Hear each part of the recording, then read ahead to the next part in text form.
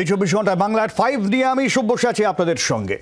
গরু পাচারে সিবিআই এর মামলায় জামিন পেলেন অনুব্রত মণ্ডল। যদিও ইডির দায়ের করা মামলাগুলির জেরে তিহার জেল থেকে আপাতত ছাড়া পাচ্ছেন না কেষ্ট।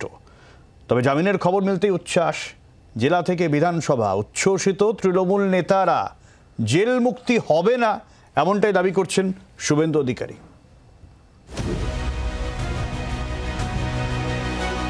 2022-এর 11ই অগস্ট গরু পাচার মামলায় বোলপুরে নিজের বাড়ি থেকে গ্রেফতার হন অনুব্রত মণ্ডল। সিবিআই এর সেই গ্রেফতারে নিয়ে তারপর জলঘোলাও হয়েছে অনেক। পরে গ্রেফতার হন অনুব্রতর মেয়ে সুকন্যাও। নভেম্বরে একই মামলায় ইডিও গ্রেফতার করেছিল কেষ্টকে। সিবিআই এর মামলায় জামিন কেষ্ট। শর্ত সাপেক্ষে সুপ্রিম কোর্টের বিচারপতি বেলা এম ত্রিবেদী আর সতীশচন্দ্র শর্মা ডিভিশন বেঞ্চ থেকে জামিন পেলেন অনুব্রত।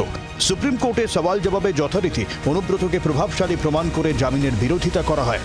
আসানসোলের বিশেষ আদালতের বিচারক রাজেশ চক্রবর্তীকে হুমকির অভিযোগও সামনে আনেন সিবিআই এর আইনজীবী। সেই মামলায় তদন্ত চলছে বলে অনুব্রতর আইনজীবী মুকুল রোহতগির দাবি। তদন্তে সহযোগিতা করবেন অনুব্রত।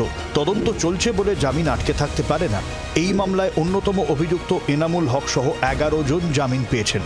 তদন্তে সহযোগিতার আশ্বাসে শেষ পর্যন্ত জামিন দেয় ডিভিশন বেঞ্চ। শর্ত দেওয়া হয় সাক্ষীদের প্রভাবিত করা যাবে না, পাসপোর্ট জমা রাখতে হবে, মামলার শুনানি পিছনোর আবেদন করা যাবে না।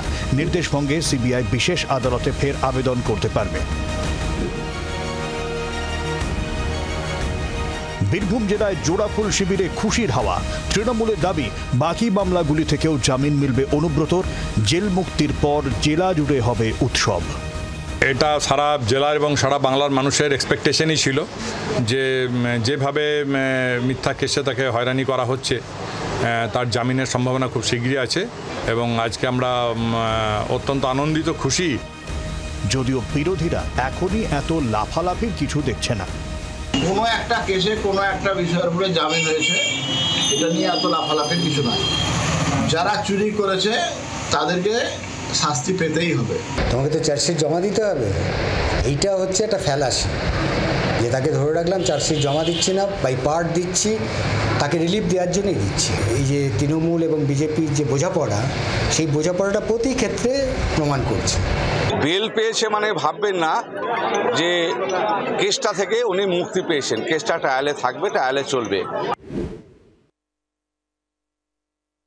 ওরা কন্ট্রোল করছে মানে সুপ্রিম কোর্টকে, ওরা কন্ট্রোল করছে সিবিআই ইডিকে, তাই ওদের কাছে আগে খবর আসছে বা ওরা ইনসিস্ট করছে, ওরা ইনস্ট্রাকশন দিচ্ছে সুপ্রিম কোর্টকে কি হবে না হবে। খুব ভালো, খুব খুশি। বীরভূম জেলা অভিভাবক অনুব্রত মণ্ডল মহাশয়কে মিথ্যা মামলায় তিহার জেলে আবদ্ধ রাখা হয়েছে। এটা রাজনৈতিক ষড়যন্ত্র, সেটাই প্রমাণিত হলো। সিবিআই মামলাতে অনেকদিন জেলে থাকার পরে বেল পেয়ে যায়, ক্রিমিনাল অফেন্স। কিন্তু পিএমএলএ মানি লন্ডারিং এর ক্ষেত্রে বেরিয়ে আসা খুব মুশকিল, উনি বাইরে বেরোতে পারবেন না। মঙ্গলবার ডিভিশন বেঞ্চ অনুব্রতর জামিন মঞ্জুর করলেও এখনই তিনি তিহার থেকে মুক্তি পাচ্ছেন না। ইডির মামলা এখনও ঝুলে রয়েছে দিল্লি হাইকোর্টে। সেই মামলায় কি রায় হয়, আপাতত সেদিকেই নজর জোড়াফুল শিবিরের। ব্যুরো রিপোর্ট, জি 24 ঘন্টা। আমাদের সঙ্গে স্টুডিওতে যারা রয়েছেন একটু আলাপ করিয়ে দিয়ে। আমাদের সঙ্গে রয়েছেন তৃণমূলের কৃষাণু মিত্র, রয়েছেন শুভজিৎ সরকার সিপিআইএম এর, প্রীতম দত্ত বিজেপির রয়েছেন, চন্দন ঘোষ চৌধুরী কংগ্রেসের রয়েছেন এবং আমার সঙ্গে রয়েছেন রাজনৈতিক বিশ্লেষক সুমন ভট্টাচার্য। আর আমি শুরুতে প্রীতমের কাছেই যাব। প্রীতম, তার যাওয়ার আগে আজকেও খবরে কিছু আপডেট রয়েছে। রেশন দুর্নীতি মামলায় ইডি আবারও তৎপর হয়েছে। সকাল থেকে একযোগে 10 জায়গায় ইডি হানা দিয়েছে। জ্যোতিপ্রিয় মল্লিক ঘনিষ্ঠ বারিক বিশ্বাসের বসিরহাট, রাজারহাট বাড়িতে ইডি হানা দিয়েছে। আর একাধিক রাইস মিলে তল্লাশি চলেছে। এই বারিককে প্রীতম গরু কয়লা পাচার মামলায় নাম জড়িয়েছিল, সোনা ইটভাটায় বিনিয়োগের কথা উঠেছিল। আর ওই ভাঙড়েও ইডির হানা হয়েছে। তৃণমূল নেতা কাইজারের ভাই ব্যবসায়ী জাহাঙ্গীর আলমের ব্যবসায়িক প্রতিষ্ঠানে হানা। কিন্তু প্রীতম, সাধারণ মানুষ তো প্রশ্ন তুলতেই পারেন, কি লাভ? আমি বলছি না অনুব্রত মণ্ডল অভিযুক্ত জামিন পেয়েছেন কেন, এই প্রশ্ন বিষয়টা এরকম হতে পারে না। কারণ অনুব্রত মণ্ডল দোষী কি দোষী নন এখনও তার দোষ প্রমাণিত হয়নি। কিন্তু আপনারা যেভাবে সুর চড়িয়েছিলেন, তারপরে যখন সিবিআই যে মামলা তাকে গ্রেপ্তার করেছিল সেখানে যখন তিনি জামিন পেয়ে যান, সাধারণ মানুষ প্রশ্ন করবে কি লাভ, কেন? দেখুন, আমাদের আইনের আমার একটা কথা হয় যে bail is the rule and jail is the exceptional thing. তো আজকে আইনের পরিপ্রেক্ষিতে উনি সিবিআইতে বেল পেয়েছেন, পিএমএলএতে পাবেন কিনা সন্দেহ আছে। তার কারণ হচ্ছে মানি লন্ডারিংয়ের কেসে আমরা জানি যদি সোর্স না দেখাতে পারে তাহলে অসুবিধা হয়, সেটা আমার আপনার সবার ক্ষেত্রে হতে পারে। তো সেটা উনি দেখাতে পারছেন না বলেই উনি ইডিতে বেল পাবেন কিনা সন্দেহ আছে। কিন্তু কথাটা হচ্ছে দেখুন, না উচ্ছ্বাসিত আমরা তো মানে সবসময় এই সেম যেভাবে ইডিতে উনি জামিন পাবেন না বলে আমরা বলছি পিএমএলএ কেসে, সেমভাবে অভিষেক ব্যানার্জির পুরো সম্পত্তি অ্যাটাচমেন্ট করা হয়েছে। তো উনিও কেন বাইরে ঘুরে বেড়াচ্ছেন? আমাদের প্রশ্ন যে ইমিডিয়েটলি সিবিআই ইডির একদম তদন্তের গভীরে যাওয়া উচিত, আর আসল যে যারা দোষী তাদেরকে বিহাইন্ড দ্য বার করা উচিত। এটা আমাদের দাবি। আমরা এই দাবি নিয়ে আন্দোলন থেকে শুরু করে সব রকম জায়গাতে প্রত্যেকটা ফ্রন্টে আমরা লড়াই করছি। এটা নতুন কিছু নয়, এটা আমরা লড়ছি, আমরা সব রকমভাবে লড়াই করার চেষ্টা করছি। আমি শুভজিৎ বা চন্দনার কাছে যদি যাই, শুভজিৎ অবভিয়াসলি তোমাদের একটা চেনা উত্তর দেবে সেটিং।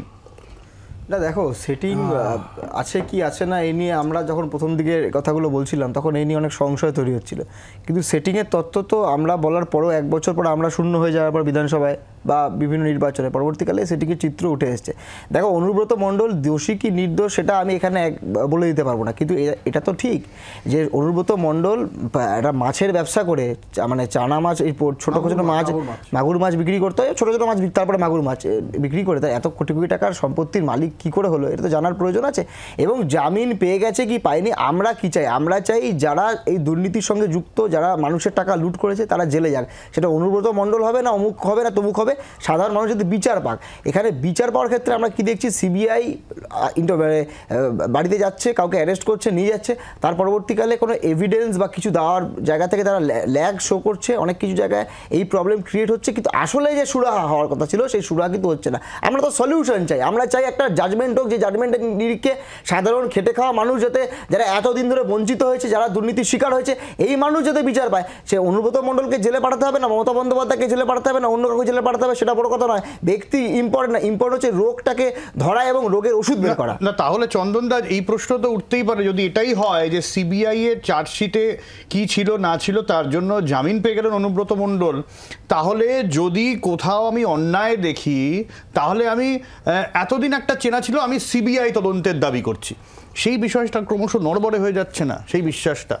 দেখো, একদম শুরুতে যেটা বলি, তোমার যে ইন্টারপ্রিটেশন, সেই ইন্টারপ্রিটেশন আমি একটু ডিফার করবো, আমি একটু ভিন্ন মত পোষণ করব।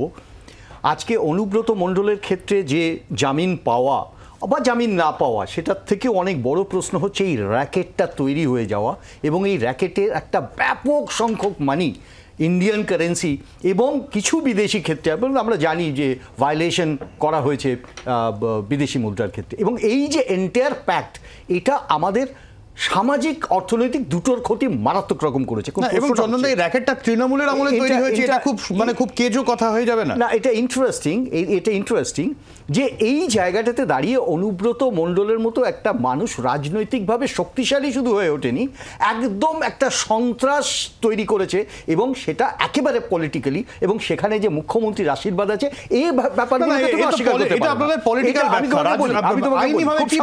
আমি তোমাকে ঠিক আইনের প্রমাণ যদি তুমি চাও, আইনের প্রমাণ অনেক ক্ষেত্রেই নেই, পাবলিক ইন্ডেক্সটা বড় প্রশ্ন, পাবলিক তৃণমূল কংগ্রেস জিতছে। আমি তোমাকে এই কথাটাই বারবার বলছি, এটা একটা ট্রেন্ড, সেটা হতে পারে, কিন্তু প্রশ্নটা হচ্ছে তুমি অনুব্রত মণ্ডলকে ঘিরে করছো। অনুব্রত মণ্ডল আজকে যে জামিনটা পেয়েছে তাতে আগামী দিনে কি ভালো হবে খারাপ হবে এটা অন্য প্রসঙ্গ, ইডির প্রসঙ্গটা অন্য প্রসঙ্গ, কিন্তু একটা জিনিস তোমাকে বুঝতে হবে, তুমি যে সেটিং এর কথাটা যে বললে না, যে বহু পুরাতন সেটিং, এটা তো আমাদের কথা, এটা আমাদের কথা না, আমি বলি এটা সাধারণ মানুষের কথা। অনুব্রত মণ্ডল যে ব্যাপক রকম ক্ষমতাশালী হয়েছে, কিভাবে হয়েছে, এর রাজনীতি, এর পিছনে রাজনৈতিক শক্তিটা কোথায়, এর পিছনে তার শক্তি হিসেবে মুখ্যমন্ত্রী কতটা আশীর্বাদ, তৃণমূল তো বলতেই পারে অনুব্রত মণ্ডল ওখানকার জননেতা, তার জনপ্রিয়তার নিরিখে তিনি ওই জায়গায় পৌঁছেছেন, পেছনে শক্তি দরকার কি আছে? আসলে মুশকিলটাকে তুমি অদ্ভুত একটা যুক্তি দিচ্ছ, ওই খালিস্তানে একজন টেররিস্ট জিতে গেছে ভোটে, তো সেই জন্য তারা তাদের demand of Khalistan is justified. মুশকিলটা হচ্ছে অনুব্রত মণ্ডল খালিস্তানি টেররিস্ট নয়, ব্যাপারটাকে সমান, অনুব্রত মণ্ডল খালিস্তানি টেররিস্ট নয়। কি প্রমাণ আছে অনুব্রত মণ্ডলের বিরুদ্ধে? কি প্রমাণ করতে পেরেছে তোমরা? জামিন পাচ্ছেন কি করে? জামিন পাচ্ছে মানে কি? জামিন পেতে পারে না, আমি তো বললাম এটা কি করে পেতে পারেন? আপনারা যেভাবে পলিটিক্যাল ন্যারেটিভ তৈরি করেছিলেন, আমরা তো কলকাতা পুলিশের মতন যে আমরা ডিকটেট করব, যেভাবে করে আইন আদালতে যাচ্ছে, উনি মাগুর মাছ বিক্রেতা এত টাকা দিয়ে বড় বড় কংগ্রেসের উকিল কোথা থেকে ধরে আনছেন, সেটা ওনাকে কি জিজ্ঞেস করুন আপনি, আপনাদের প্রশ্ন থাকলে। আরে আশ্চর্য, আপনি আমরা বল যেহেতু ভোটে যেতে সেই জন্য 7 করোড় মাফ। আরে কৃষাণুদা আমি ছোট অ্যাড করি এর সাথে, এই যে কংগ্রেসের উকিল বা ওকালত ইত্যাদি ইত্যাদি বলছে, আচ্ছা মুকুল রোহত কি কার? মুকুল রোহতকে কিন্তু আজকে বেলের ব্যবস্থা করেছেন, উনি কে একটু বুঝে নিতে। আচ্ছা কৃষাণুদা, আমি আমি আমি আমি আমি এই বিষয় প্রসঙ্গে নাই যদি আসি, যে গরু পাচার এই বিষয়টা, এতে দুর্নীতি কি হয়নি? এতে দলের একাংশ কি জড়িত নেই বলে আপনি মনে করেন? অনেস্টলি বলুন তো। দেখো, প্রথম কথা হচ্ছে যে এই এতক্ষণ ধরে যে যারা যারা বলল সিপিএম, কংগ্রেস এবং বিজেপি, ভাষাটা বা উদ্দেশ্যটা তো এক। বিজেপির বক্তব্য কখনো বিজেপি বলছে, বিজেপির এ টিম বা বিজেপির বি টিম বলছে, মানুষ কোনো তফাৎ করতে পারছে না, তাই মানুষের বাঁচতে অসুবিধা হচ্ছে না। এখন তুমি একটা খুব সুন্দর কথা বললে যে এইটা কি, এই যে সিন্ডিকেট বা এই যা তুমি বলো, এটা কি শুধু তৃণমূলের আমলে চলছে? এবং তৃণমূলের ক্ষমতা কত? তৃণমূল তো পশ্চিমবাংলায় আছে, সারা ভারত জুড়ে তো তৃণমূল নেই। তো সুতরাং এই যে কয়লা খনি বা যে গরু পাচার সোজা হরিয়ানা থেকে, রাজস্থান থেকে, পাঞ্জাব থেকে সোজা এসে বাংলাদেশে চলে যাচ্ছে, এই ইকোসিস্টেমটা কি একলা তৃণমূলের বীরভূমে বসে কোনো নেতার পক্ষে নিয়ন্ত্রণ করা সম্ভব? একটা বাচ্চা ছেলেও বলে দেবে যে এটা। আমি আবার বলছি, এই যে গরু পাচার, বিভিন্ন ভারত সরকার বা বেসরকারি সংস্থান যারা রিপোর্ট দিয়েছেন, জমা করেছেন, তারা বলছে গরু পাচার বিগত প্রায় 65-70-এর দশক থেকে অনিয়ন্ত্রিতভাবে বাংলাদেশে ওইদিকে পাকিস্তানে চালান হচ্ছে। পরবর্তীকালে পাকিস্তানের দিকটা অনেকটা বন্ধ হলেও বাংলাদেশে হয়েছে। তখন কোথায়? তৃণমূলের তো জন্মই হয়নি। Who are the beneficiary? Congress, CPM. কোথায় তারা? সেই মাথাগুলো কোথায়? কোটি কোটি টাকার লেনদেন হয়ে গেল, একচালা বাড়ি 4 তলা হয়ে গেল, বড় বড় zonal committee, local committee, Alimuddin স্ট্রিটের অফিস হয়ে গেল। এইসব হচ্ছে ওই গাঙ্গুলি টাইপের বক্তব্য, প্রাতিষ্ঠানিক রূপ টুপ, প্রাতিষ্ঠানিক আমাদের দিকে দাগিয়ে নিজে প্রতিষ্ঠানে চলে গেলেন দেশের পার্লামেন্টে। তো এই জিনিসগুলো মানুষ আসলে ধরে ফেলেছে। আমি কয়েকটা আমি আমি আমি আমি হ্যাঁ একদম একদম একদম একদম একদম একদম বড় বড় গাড়ি, আমার শুধু না, একজন সাধারণ বাঙালির অভিজ্ঞতা। এটা দোষী কি নির্দোষ, এটাই তো আখেরে মোদ্দা কথা। এটা বিজেপি, সিপিএম আর কংগ্রেস ঠিক করে দেবে উনি দোষী।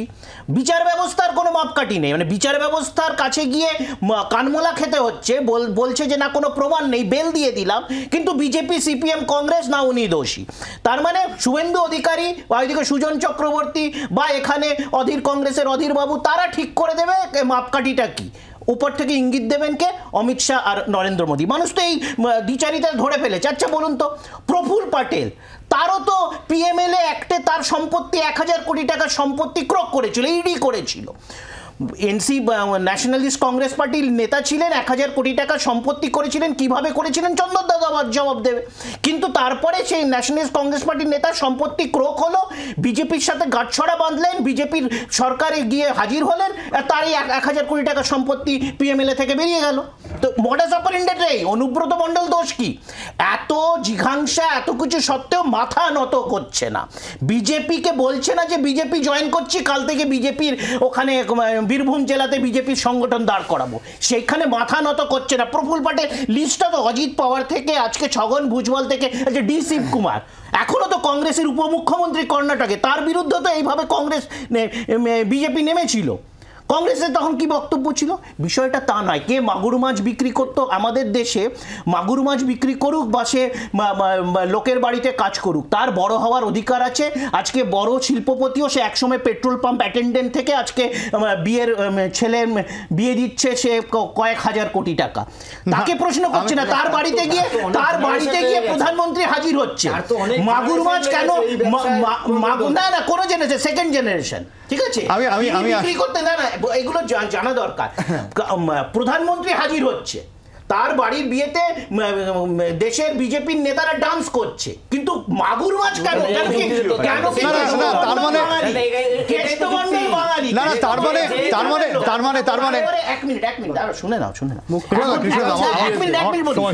এইভাবে শেহগল হোসেন, এই কেষ্টমণ্ডলের দেহরক্ষী শেহগল হোসেন, তার 300 কোটি টাকার সম্পত্তি কে ভাসিয়েছিল মিডিয়াতে? সূত্রের মাধ্যমে কে ভাসিয়েছিল? ইকোসিস্টেম। 17 লক্ষ টাকার তার সম্পত্তি, তার মধ্যে 8 লক্ষ টাকা লোন। আমি এই জায়গা থেকে মিথ্যাচার, আমি এই জায়গা থেকে আমার একটা বিরতির সময় হয়ে গিয়েছে, আমি একটা প্রশ্ন রেখে বিরতি নেব, বিরতির পরে আমি সুমনদার কাছে আসবো। সুমনদা, তৃণমূল কংগ্রেস একগুচ্ছ নাম সামনে আনবে, বিজেপি একগুচ্ছ নাম সামনে আনবে, কংগ্রেস সিপিআইএম তারা সেটিং তথ্য সামনে আনবে, তাদের দলের বিরুদ্ধেও নানান অভিযোগ সামনে আসবে, আর সাধারণ মানুষ টিভিতে সেই সব অভিযোগ সামনে আসবে, দেখবেন, কেউ গ্রেফতার হবেন, কেউ জামিন পাবেন, দিনের শেষে লবডঙ্কা। এটাই আমাদের ভবিষ্যৎ। তাহলে সুমনদার কাছে আসবে, একটা বিরতির পর সঙ্গে থাকুন।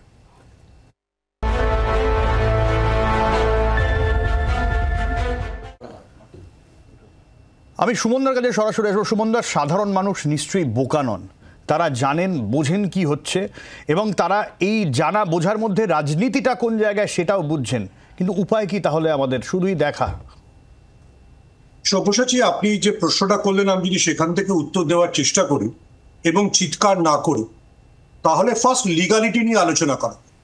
এই মামলায় অনুব্রত মণ্ডলের পক্ষে আইনজীবী কে ছিলেন? কেউ একজন বললেন একদম ঠিক যে যিনি মোদী সরকারের অ্যাটর্নি জেনারেল ছিলেন সেই মুকুল রোহতগি। কার বেঞ্চে বেল হয়েছে? বেলা ত্রিবেদী। সুপ্রিম কোর্টের যে জাজের বেঞ্চ থেকে মামলা সরানোর জন্য সুপ্রিম কোর্টের 8 জন লিডিং আইনজীবী চিঠি দিয়েছিলেন, যার মধ্যে কপিল সিবাল, অভিষেক মনু সিংভি, প্রশান্ত ভূষণ সবাই ছিলেন, মানে বাম এবং কংগ্রেসের সকল। তিনি বেল দিয়েছেন। তাহলে আমি মুকুল রোহতগির আর্গুমেন্টটা যেটা শুনে বেল দিতে সুপ্রিম কোর্ট বাধ্য হয়েছে, সেটাকে প্রথম পয়েন্টার হিসেবে নেব, যে যতক্ষণ না ট্রায়াল শুরু হচ্ছে ততক্ষণ জেলে আটকে রাখা কি জন্য। এবং তারপর আমি চন্দ্রচূড়, মাননীয় সুপ্রিম কোর্টের প্রধান বিচারপতি চন্দ্রচূড়ের বক্তব্যটা ধরবো, যে ভারতবর্ষের লোয়ার কোর্টের জাজরা বেল দিতে ভয় পায়। আমি বলিনি, বা আপনিও বলছেন না, সুপ্রিম কোর্টের প্রধান বিচারপতি বলেছেন। তারপরে শুভেন্দু অধিকারী বা কিংবা বিজেপির মুখপাত্র এসে কি বললেন, পিএমএলএ দিয়ে আটকে রাখা হবে কি হবে না, আমি ওটাকে রাজনৈতিক মন্তব্য হিসেবেই ধরব। আমিও আপনার মতো প্রশ্ন করব যে সারদা থেকে নারদা, আজকে কয়লা থেকে বিভিন্ন মামলার আসলে পরিণতি কি হবে? পরিণতি আপনি জেনে রাখুন, I am ready to be quoted, zero. কেন জিরো? সেটার একটা আইডিয়াল উদাহরণ বিজেপির, যেটা দেখে লজ্জা হওয়া উচিত, সেটা অনিল দেশমুখ, মহারাষ্ট্রের প্রাক্তন স্বরাষ্ট্রমন্ত্রী, বেরিয়ে এসে বলেছেন যে আমাকে ইডি দিয়ে ফাঁসানো হয়েছিল কারণ আমি উদ্ধব ঠাকরের ছেলে আদিত্য ঠাকরের বিরুদ্ধে ধর্ষণের মামলা রুজু করতে রাজি হই, এবং যার বিরুদ্ধে উনি বলেছেন তিনি মহারাষ্ট্রের বর্তমান উপমুখ্যমন্ত্রী। যখন বর্তমান উপমুখ্যমন্ত্রী দেবেন্দ্র ফডনবিস ওনাকে চ্যালেঞ্জ করেছেন, উনি সেই ব্যক্তির নামও বলে দিয়েছেন যে ব্যক্তি ওই হলফনামাটা নিয়ে এসেছিল। তো এটা হচ্ছে ভারতবর্ষের তদন্ত প্রক্রিয়া, এটা হচ্ছে ভারতবর্ষের বিচার ব্যবস্থা। এর উপরে নির্ভর করে আপনি এবং আমি লক্ষ লক্ষ বা কোটি কোটি টাকা খরচ করা হয়। এই সিবিআই অফিসাররা যাচ্ছে, আপনি সকাল থেকে দেখান। খুব ঠিক প্রশ্ন, এবং মুকুল রোহতগির খুব ঠিক মানে প্রশ্ন, যে মামলায় যিনি প্রধান অভিযুক্ত তার বেল হয়ে গেছে, আপনি বাকিদেরকে আটকে রেখেছেন। তার মানে আপনি কেন আটকে রেখেছেন? এবার যদি আমি পলিটিক্যাল ফল আউটে আসি, আমি খুব দুঃখিত এটা বলবার জন্য, কিন্তু এটা বলতে বাধ্য হচ্ছি যে পশ্চিমবঙ্গ কংগ্রেসের কাউকে আসার আগে জিজ্ঞেস করে নেবেন ওরা কংগ্রেস সভাপতি আছেন কি নেই। কারণ আমি এইমাত্র দেখলাম এএনআই কে অধীর চৌধুরী বলেছেন যে আমি প্রাক্তন হয়ে গেছি, এআইসিসি ওনাকে বলে দিয়েছে। তো এইটা যদি আপনি শুনে নেন তাহলে আপনি তারপরে বুঝতে পারবেন। তারপরে এডিটোরিয়াল কথা হচ্ছে এখানে, বোধহয় এই প্রসঙ্গটা আসে না। না আসে, there is no reference, এটা কমপ্লিটলি ডিফারেন্ট কনটেক্সট। কংগ্রেসের পশ্চিমবঙ্গ প্রদেশ কংগ্রেস একটা লাইনে হাঁটে, আর দিল্লি কংগ্রেস সিবিআই বা ইডির ক্ষেত্রে আরেকটা লাইনে। একদমই এইটা হচ্ছে প্রথম পয়েন্ট। এবং দ্বিতীয় পয়েন্টটা হচ্ছে, আমি আসবো, আমি আলোচনায় ফিরবো, একটা বিরতির সময় হয়ে গেছে, সঙ্গে থাকুন।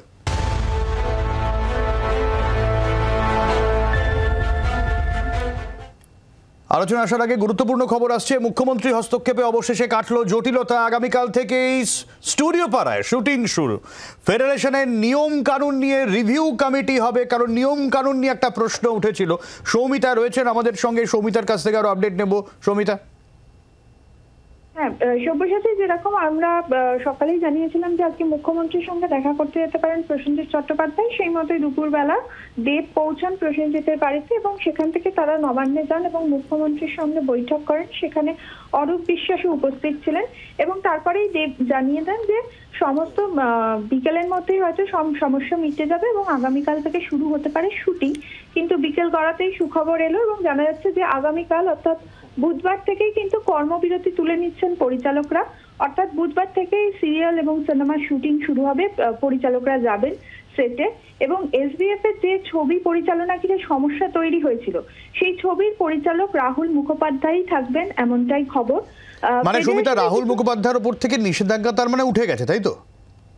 নিষেধাজ্ঞা উঠে গেছে এবং রাহুল মুখোপাধ্যায় এখানে আবার পরিচালক হিসেবে ফিরবেন। এবং ফেডারেশনের নিয়ম কানুন নিয়ে বারবার যে পরিচালকরা বলছিলেন, যে প্রথম দিন থেকেই বলছিলেন যে এর পরিবর্তন আনা দরকার, কারণ এই নিয়ম অনেকদিন চেঞ্জ করা হয়নি।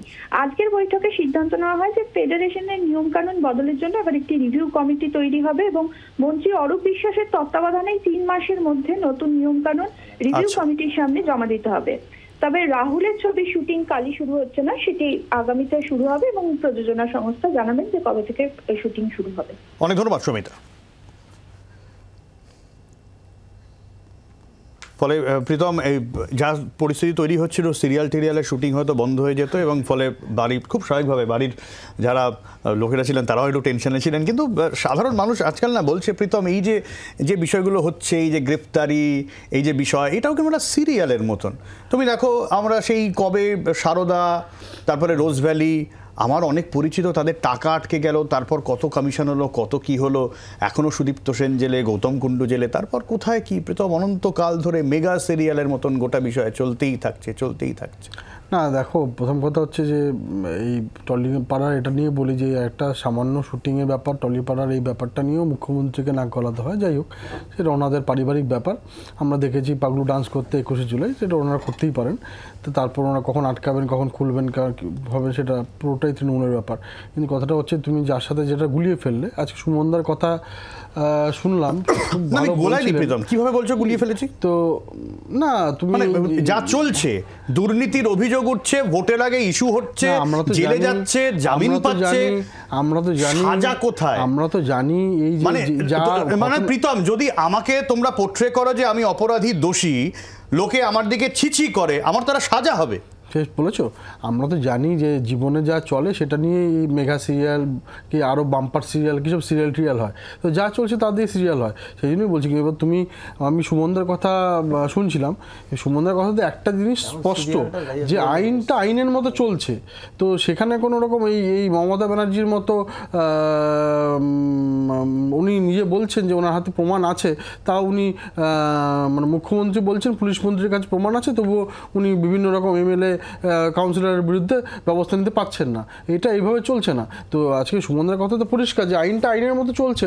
আজকে উনি বেল পেয়েছেন, আবার ট্রায়াল চলছে, আবার পিএমএলএতে বেল পাবেন কি পাবেন না সেটা আবার আদালতই বলবে। কিন্তু সে কথাটা হচ্ছে যে আজকে যে বারবার বলা হচ্ছে না যে ইচ্ছা করে দেওয়া হয়েছে। আজকে উনি জেলেও গিয়েছিলেন আইনের প্রভিশনে, আবার আজকে বেলও পেয়েছেন, সেটাও আইনের প্রভিশনে। তো সুতরাং আইনটা বলবৎ আছে ভারতবর্ষে। আর একটা কথা বলছিলাম যে এই আমরা যারা ভারতীয় জনতা পার্টির কার্যকর্তা থেকে শুরু করে সবাই, ধরা যাক আমি চুরি করলাম, তারপর আমি জামিন পেলাম, তারপরে কি প্রশ্ন উঠছে না তদন্তকারী সংস্থার দিকে? কারণ আমি তোমাদের কথাতেই বলি, অরবিন্দ কেজরিওয়ালকে নিয়ে যখন প্রশ্ন উঠেছিল, তোমাদের তরফ থেকেই সওয়াল করা হয় এমনই তিনি অপরাধী যে আদালত তাকে জামিন পর্যন্ত দিতে পারছে না, আমরা কি করব? সিবিআই ইডি তো আমাদের হাতে নেই। তদন্তকারীদের ভূমিকা নিতে প্রশ্ন ওঠে তাহলে। তো বড় নেতা বলছো না, আজকে তোমাকে তো বললাম যাই, এটা তো আইন আর আদালতের ব্যাপার, এখানে বিজেপি ইন্টারভিন করে না। তোমরা যেটাকে বারবার বলছো, এটা আছে সুমনদা প্রমাণ করে দিয়েছেন নিজেদের, যে কোনো রকম কোনো জায়গায় ভারতীয় জনতা পার্টি অ্যাজ এ পার্টি ওটাতে ইন্টারভিন করেন না। যা হচ্ছে আইনের সংজ্ঞা মেনেই হচ্ছে, এবং আইন মেনেই প্রত্যেকটা, উনি অ্যারেস্টও হয়েছেন আইনের সংজ্ঞা মেনে, বেল পাচ্ছেন সেটাও আইনের সংজ্ঞা মেনে, আবার পিএমএলএতে উনি জেলে থাকবেন, এরপর ট্রায়ালে উনি কনভিক্টেড হবেন, সেটাও আইনের সংজ্ঞা মেনে। তো সুতরাং সব কিছু এরকম পলিটিসাইজ করে দিলে হবে না। আজকে উনি চোর কি চোর না, ভারতবর্ষের এই অঙ্গরাজ্যে পশ্চিমবঙ্গের প্রত্যেকটা মানুষ জানেন যে আজকে গরু চুরি হয়েছে কি না, আর উন্নত মণ্ডল কীরকম সন্ত্রাস আজকে বীরভূমে করেছেন, সেটা মানুষ জানে, মানুষ খুব ভালোভাবে জানে। যে ওখানকার আশেপাশের লোকজনের কাছে তোমরা নিজেরা গিয়ে বলেছো, তোমরাই খবর করেছো সূত্রের মাধ্যমে, এই একটু কৃষাণু বললো তোমরা ইকোসিস্টেমে পড়ে গেছো, ইকোসিস্টেমে বলে আমরা যেরকম বলেছি সেরকম নাকি তোমরা খবর করেছো। এরকম নয়, তোমরা কোনো সূত্র পেয়েছো দেখে তোমরা খবর করেছো, তোমাদের প্রফেশনালিজম সেটা, কিন্তু সেটাকে কোনোদিনও কোনো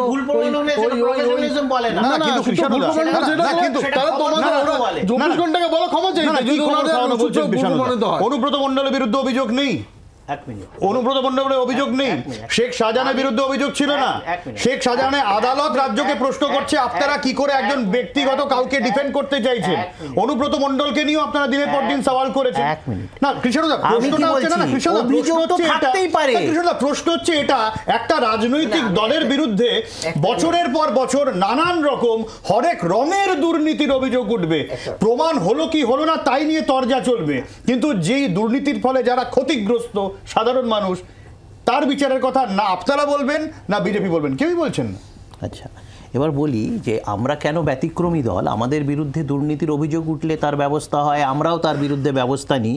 কিন্তু বলো, ভারতবর্ষের বুকে গত 10 বছরে সবথেকে বড় চিটফান্ড স্ক্যাম যেটা হয়েছে, সেটা হচ্ছে pearl chit fund scam. Punjab, Haryana, পশ্চিমী উত্তরপ্রদেশ, রাজস্থান, দিল্লি এসব এলাকায়, যার সংখ্যাটা সম্ভবত 1 লাখ কোটি টাকার থেকে একটু কম, ওই 90-95 হাজার কোটি টাকা। এই ক্রাউন চিটফান্ড, এই আরেকটা চিটফান্ড কেন যাবে আমি বলছি, কারণ কি পার্লের চিটফান্ড স্ক্যামের সাথে সরাসরিভাবে বিভিন্ন বিজেপির নেতা নেত্রী শুধু নয়, বিজেপির রাজ্যের মুখ্যমন্ত্রী এবং তাদের পরিবারের লোকজন জড়িত। এর কোনো গতি প্রকৃতি মিডিয়াতে, এক মিনিট শুনে না এত বিচলিত হয়েও না, মানুষ ধরে ফেলেছে। আমি শুনে এবার আমি বলেছো, তুমি তোমার সময় বলেছো, আমি আবার বলছি, এই যে পার্ল বা ক্রাউন চিটফান্ড স্ক্যাম, যার মানে পরিমাণের দিক থেকে তা মানে নারদা থেকে 10,000 গুণ বেশি, কিন্তু আবার আমাদের রাজ্যতে সঞ্চয়িতা, ওভারল্যান্ড, এই চিটফান্ড স্ক্যামগুলো বালিচাপা দিয়ে ঢোকে রয়েছে। তার কারণ হচ্ছে চিটফান্ড স্ক্যামটা বারংবার হয়ে এসছে। শাস্তি বা এইভাবে তদন্ত মানুষ কাকে দেখলো? তৃণমূল যখন অভিযুক্ত হলো। বাকি তার আগে সঞ্চয়িতা, ওভারল্যান্ডে সিপিএম বালিচাপা দিয়ে বেরিয়ে গেছে, কেউ ধরা পড়েনি। বা ক্রাউনে এখন বিজেপি, কংগ্রেসের নেতারা। এই কিছুদিন আগে কংগ্রেসের ছত্তিশগড়ের মুখ্যমন্ত্রী, সেখানে 30,000 কোটি টাকার চিটফান্ড স্ক্যাম হলো 2022-23-এ, ধরা পড়লো। আবার এখন বিজেপি সরকার এসছে, সেটাকে বালিচাপা দিয়ে দিয়েছে। তো সুতরাং এটাই হচ্ছে যে তৃণমূল অভিযুক্ত হলে সেটা নিয়ে মিডিয়াতে আলোচনা হবে, রে সবাই তেড়ে উঠবে, লোককে দেখানো হবে এই দেখো ইডি, সিবিআই, এই তদন্ত, এই হচ্ছে এই তৃণমূলের নেতা। কিন্তু সিপিএম এর সময় ওভারল্যান্ড, সঞ্চয়িতা বালিচাপা দিয়ে দাও, Crown chit fund scam BJP, Narendra Modi, Amit Shah বালিচাপা দিয়ে দাও। দুটো পয়েন্ট, একটা প্রথম কথা হচ্ছে জামিনের কথা বাড়া উঠছে না। দেখো, জামিন একজন ব্যক্তি বা একজন কনভিক্টেড ব্যক্তি যেই হোক না কেন, সে যখন পায় তার কারণ দুটো হতে পারে। এক হতে পারে যে তাকে ইন্টারোগেট করছে যেই সংস্থা বা যেই এজেন্সি, সে ঠিকঠাক এভিডেন্স প্রোভাইড করতে পারছে না, হয় করতে চাইছে না করতে পারছে না, দুটো হতে পারে। আমি এখানে বলছি না যে কোনটাই হয়েছে। দুই, যেখানে বলা হলো যে কি বললাম, তো দুটো পয়েন্ট বললাম, তো হয় এভিডেন্স যাচ্ছে না, সবই সাজানো ঘটনা, সব আচ্ছা শুধু তৃণমূলের বিরুদ্ধে, কিন্তু আমি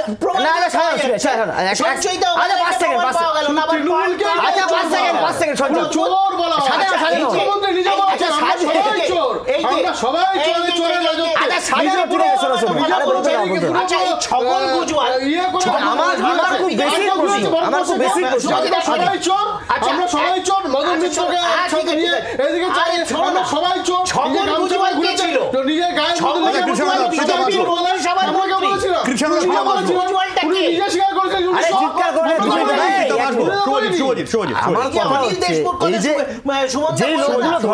যেই লোকগুলো ধরা পড়ে, হয়তো আমি ধরে নিলাম যে তৃণমূলের বাইরেও ওই ধরনের লোক আছে, কিন্তু ঘটনাচক্রে দেখা যায় তৃণমূলের নেতারা যারা এমএলএ হয়, এমপি হয় বা একটু প্রভাবশালী নেতা হয়, ব্লকের প্রেসিডেন্ট হয়, এদের সম্পত্তি কীভাবে 20 গুণ 30 গুণ বেড়ে যায়?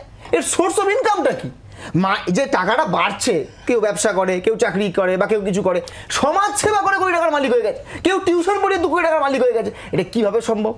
এক্ষেত্রে আমি বলবো যে ইনভেস্টিগেটিং যে এজেন্সি আছে তাদেরও তো ল্যাগ রয়েছে, একদম তারা খুঁজতে পারছে না। যেরকম নাকি তৃণমূল যেরকম বলছে না যে সিবিআই এর কথা, রাজ্যে তো সিআইডি দপ্তর আছে, তার মানে রাজ্য সরকার নিজে থেকেই চায় না যে এই ধরনের লোকরা ধরা পড়ুক, কারণ এটা তো সম্পদ।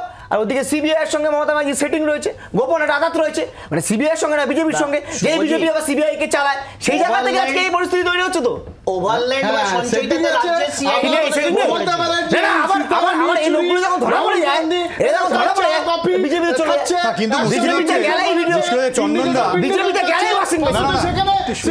মুশকিল হচ্ছে চন্দনদা, এই ক্ষেত্রেও কংগ্রেসের ভূমিকা নিয়ে তো প্রশ্ন ওঠে। কংগ্রেস যে রাজ্যে মমতা বন্দ্যোপাধ্যায়ের বিরুদ্ধে সুর চড়াচ্ছেন, তৃণমূলের বিরুদ্ধে সুর চড়াচ্ছেন, সেই তৃণমূলের সঙ্গেই আবার কেন্দ্রে তাদের আঁতাত। ফলে গোটা বিষয়টা, আমি কেন মেগা সিরিয়ালের কথা বললাম শুরুতে এই সূত্র ধরে, গোটা বিষয়টা যেন সিনেমার মতো। সিনেমার মতো হতে পারে, নাটকের মতো হতে পারে। আমাদের শিক্ষামন্ত্রীর এই দুটো ডিরেকশন করারই অভিজ্ঞতা আছে। প্রশ্নটা সেখানে নয়। আমি তোমাকে বারবার যেটা বলছি সেটা হলো সারা ভারতবর্ষের রাজনীতিতে কম্পালশন। আমরা তো বলি সিপিএমের বিরুদ্ধে আমাদের লড়াই কেরালাতে, সর্বভারতীয় ক্ষেত্রে যেখানে জোট, সেই জোটটা কিসের ওপর? সেই জোটটা দাঁড়িয়ে আছে বিজেপির এই সর্বশক্তি দিয়ে। বিজেপি যেভাবে ভারতবর্ষের সাধারণ মানুষ এই জটিল এবিসিডি না বুঝে তারা তো প্রশ্ন করবে, যাকে আপনারা দুর্নীতিগ্রস্ত বলছেন তারা আপনাদের সাথে আছেন, হ্যাঁ কি না? তারা থাকবে, তারা থাকবে। আপনি এখানে ওদের সাথে আছেন, এখানে ওদের সাথে নেই। তার অর্থ এই নয় যে দুটো পার্টি মিলে গেছে, তার অর্থ এই নয়। এটা একটা অ্যালায়েন্স, এটা একটা স্ট্র্যাটেজিক অ্যালায়েন্স এবং কেন্দ্রীয়ভাবে একটা স্ট্র্যাটেজিক অ্যালায়েন্স। এবার এরা সবসময় সেই সংজ্ঞাটাতে বিশ্বাস করবার চেষ্টা করবে যেখানে সর্বভারতীয় ক্ষেত্রে তাদের অস্তিত্ব নেই, যেন একটা রাজ্যের ক্ষেত্রে আছে। সুতরাং তারা এটাকে সবসময় এনক্যাশ করবে সর্বভারতীয় ক্ষেত্রে একটা সার্টেন স্টেবিলিটি, মানে নিজের দলকে একটা স্টেবল জায়গাতে নিয়ে আসা। আমাদের সাহায্য পাচ্ছে, আমি অস্বীকার করছি না। আমি বলছি এই কম্পালশনটা কোথায়? এটা কম্পালশন। আবারও বলি, জোটটা কম্পালশন। এই কম্পালশনটা যে দলগুলো বিজেপির এই এই এই এই রাজনৈতিক পরিবেশ, এই ক্ষতিকারক অবস্থা, এই ক্ষতিকারক প্রশাসনের বিরুদ্ধে তাদের পাশে দাঁড়িয়ে কংগ্রেসের নেতৃত্বে যারা লড়াই করছে, তার মধ্যে তৃণমূল একটা শক্তি। কিন্তু রাজ্যে আমরা তো বলছি সততার সাথে, একেবারে যে গ্রাফিকটা রাজ্যে দেখতে পাচ্ছি, যে অপটিকটা দেখতে পাচ্ছি, সেটাকে সমালোচনা করছি। আমরা তো বলছি রিসার্চেসের কথা বলছি, আমরা তো বারবার বলছি just turn out to be good. আমরা তো বারবার বলছি যে এই জায়গাগুলোতে অসুবিধা আছে, এই জায়গাগুলোতে দুর্নীতি আছে। এটা বলতে পারবো না। লোকটাকে ধরো মেডিসিন, এটা না, তাহলে আমি দুর্নীতিগ্রস্ত যারা তাদের দুর্নীতি করছে, এটা বলতে পারবো না। এটা হতে পারে শুভেন্দু অধিকারী দুর্নীতিগ্রস্ত, অসুবিধা আছে। শুভেন্দু অধিকারী দুর্নীতিগ্রস্ত, অসুবিধা আছে। রাজ্যের চরিত্রের ক্ষেত্রে যেমন অনুব্রত মণ্ডলকে বলছি দুর্নীতিগ্রস্ত, তেমন বলছি তো শুভেন্দু অধিকারীও দুর্নীতিগ্রস্ত। অস্বীকার করে লাভ আছে নাকি? না, আমি আরেকটা বিরতির সময় হয়ে গেছে। বিরতির পর আমি সুমনদার কাছে যে প্রশ্নটা রেখে বিরতি নেব। সুমনদা, তাহলে সবটাই এই কম্পালশনের খেলা, পলিটিক্যাল কম্পালশন, কোয়ালিশনের কম্পালশন, আর এই কম্পালশনের মানে জাতাকলে পড়ে সাধারণ মানুষ তারা হাঁ করে তাকিয়ে থাকবেন যে সত্যিই যারা দুর্নীতিগ্রস্ত বলে দাগিয়ে দেওয়া হচ্ছে, দাবি করা হচ্ছে, সামনে আসছে প্রমাণ, তারা একসময় শাস্তি পাবেন। কিন্তু না, দিনের শেষে কিছুই নয়, সবটাই এই কম্পালশনে হারিয়ে যাবে। ফিরে আসছে এটা বিরতির পর, সঙ্গে থাকুন।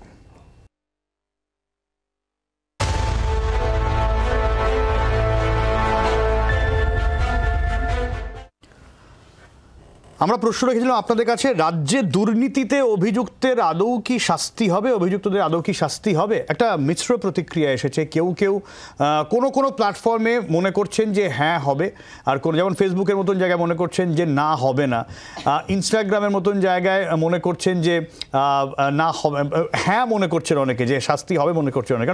একটা মিশ্র প্রতিক্রিয়া। আমি সুমনদার কাছে যে প্রশ্ন রেখেছিলাম, সুমনদা।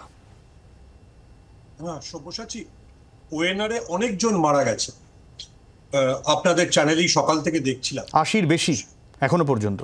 যদি ওয়েনারের ত্রাণে রাহুল গান্ধীর পশ্চিমবঙ্গ প্রদেশ কংগ্রেসের কাউকে ডাকেন, অথবা পিন্নারায় বিজয়ন পশ্চিমবঙ্গ সিপিএম এর কাউকে ডাকেন, তারপর ওনাদের মতামত নিয়ে জাতীয় রাজনীতি, জোট রাজনীতি ইত্যাদি নিয়ে আলোচনা, তার আগে অবধি ধরে নেবেন যে ওনাদের বক্তব্য মূল্যহীন।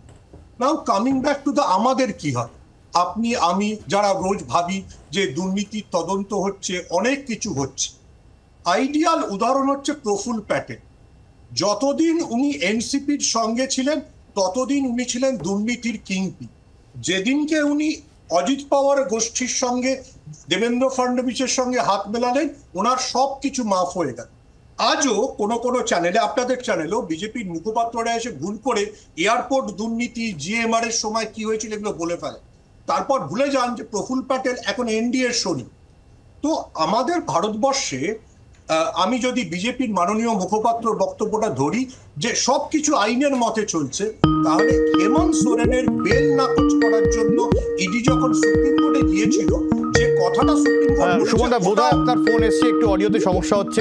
আমি সবার কাছে, আমার সময় খুব কম, 30 সেকেন্ডের প্লিজ বেশি কেউ নেবেন না, ঝামেলা করবেন না। আমি সলিউশন খুঁজছি, মানে তাহলে এই ক্ষমতায় কি ভবিষ্যৎ, আর কোনো সলিউশন নেই? আমি শুভজিৎকে দিয়ে শুরু করি। যদি এর বিচার করতে হয় তাহলে সার্বিকভাবে পলিটিক্যাল কালার সরিয়ে নিয়ে গিয়ে বিচার করতে হবে, এবং সার্বিকভাবে যেটা করতে হবে যে আমার দলের লোকও যদি এর সঙ্গে যুক্ত থাকে আমাকে বলতে হবে যে হ্যাঁ এর দোষ করেছে। এটা সম্ভব। আমার মনে হয় স্বতঃপ্রণীত হবে যে সমস্ত রাজনৈতিক দল এজেন্ডা করে যে আমরা দুর্নীতির বিরুদ্ধে, আমরা দুর্নীতির মোকাবিলায় চাই, আমরা চাই সাধারণ মানুষ যাতে নিজের অধিকারগুলো ফিরে পায়, তাহলে আমরা সম্ভব। কিন্তু বর্তমানে যারা সরকার চালাচ্ছে, কেন্দ্রে বা রাজ্যে, তারা চায় না বলে আজকে। দেখো, আমি তোমাকে আমি উদাহরণ দিয়ে বলতে পারি, ইউপিএ সরকারের সময় যখন 2G স্ক্যাম বা ইত্যাদি ছিল, আমাদের শরিক দল, ইভেন লালু প্রসাদ যাদব, আমরা সকলেই জানি এক্ষেত্রে আমাদের যে অ্যাকশন ছিল, আমাদের সরকার পড়ে যেতে পারে এরকম একটা পারসেপশনেও কিন্তু আমরা বিরুদ্ধে ব্যবস্থা নিয়েছিলাম। এই রাজা জেলে গেছিলেন, কলিমজি জেলে গেছিলেন। সুতরাং এটা সম্ভব, যেটা আমি শুভজিৎ এই প্রস্তাবটা করলেন। কিন্তু দেখতে হবে যে রাজনৈতিক পরিবেশ সেটা করতে দিচ্ছে কিনা, আর তা যদি না হয় দলমত নির্বিশেষে একটা প্রতিবাদ তো থাকা উচিতই। আমার দল অন্তত এই প্রতিবাদটা পশ্চিমবাংলার ক্ষেত্রে করছে, এবং এটাই স্বতন্ত্র। বিষয়টা হচ্ছে যে এগুলো তো অভিযোগ, এখন অভিযোগকে তদন্ততে যদি সেই অভিযোগ প্রমাণিত না হয় সে নির্দোষ খালাস হবে। কিন্তু আমাদের এই রাজনৈতিক নেতা বা রাজ্যের মুখ্যমন্ত্রীর বিরুদ্ধে অভিযোগ প্রমাণিত হয়েছে, দুটো জ্বলন্ত উদাহরণ আছে। একজন প্রাক্তন বিহারের মুখ্যমন্ত্রী লালু প্রসাদ যাদব, যার সাথে গাঁটছড়া বেঁধে সিপিএম এবং কংগ্রেস এখনও নির্বাচন লড়ছেন, এবং আরেকটা আছে হরিয়ানার প্রাক্তন মুখ্যমন্ত্রী ওম প্রকাশ চৌটালা। এই ওম প্রকাশ চৌটালার সাথে আবার বিজেপি গাঁটছড়া বেঁধে সরকার। এরা হচ্ছে দুর্নীতির অভিযুক্ত নয়, এরা হচ্ছে দুর্নীতির দায়ে কোর্টের কাছে দোষী সাব্যস্ত, জেল খাটা, জেল ফেরত। ওম প্রকাশ চৌটালা বিজেপির সাথে এবং Lalu Prasad Yadav and company CPM Congress. এরপরে এরা আমাদেরকে অভিযুক্ত করছে, মানুষ বিচার করছে। মানে গাঁটছড়ার গাঁটে প্রীতম সবাই জড়িয়ে গেছে তার মানে। না, সেই ছত্রধর মাহাতো কনভিক্টেড হয়েছিল, কারা কনভিক্ট করেছিল, আজকে তারা কোন দলে কোন পদে আছে সেটা আমরা সবাই জানি। কিন্তু কথাটা হচ্ছে যে প্রধানমন্ত্রী বলেছিল যে না খাউঙ্গা না খানে, আজকে আমরা আইনের প্রতি ভরসা আছে, ইডি সিবিআই এর উপর ভরসা আছে। ইডি সিবিআই এদেরকে ঘাড় ধরে জেলে ঢুকিয়েছে, এরাই ট্রায়াল করবে এবং এরাই 100% দোষী সাব্যস্ত করবে। এটা তো নিশ্চিত থাকতে পারেন, প্রধানমন্ত্রীর উপর ভরসা আছে আমাদের। ভারতীয় জনতা পার্টির আজকে সরকার চলছে, এনডিএ সরকার চলছে, তারা ভারতবর্ষের প্রত্যেকটা মানুষের জন্য আইনের শাসন প্রতিষ্ঠিত করবে। আমি সুমনদাকে যেতে পারলাম না, সুমনদা দুঃখিত, কারণ সময় আমার একদম শেষ। কিন্তু এই যে একটা ইনফিনিটি লুপ যেটা ঘুরেই চলেছে, এর থেকে মুক্তি আদৌ আছে কি? আইনের যে একদম যে আইনের যেটা বলে যে ক্ষেত্রে আমরা আইনের শাসনের উপর ভরসা রাখতে পারবো, সেই ভরসাটা আদৌ থাকে কি না? একের পর এক দুর্নীতির অভিযোগের ভবিষ্যৎ কি হয়? নজর থাকবে আপাতত এই পর্যন্তই। সঙ্গে থাকুন জি 24 ঘন্টা। বাংলার আওয়াজ, বাঙালির আবেগ, জি 24 ঘন্টা।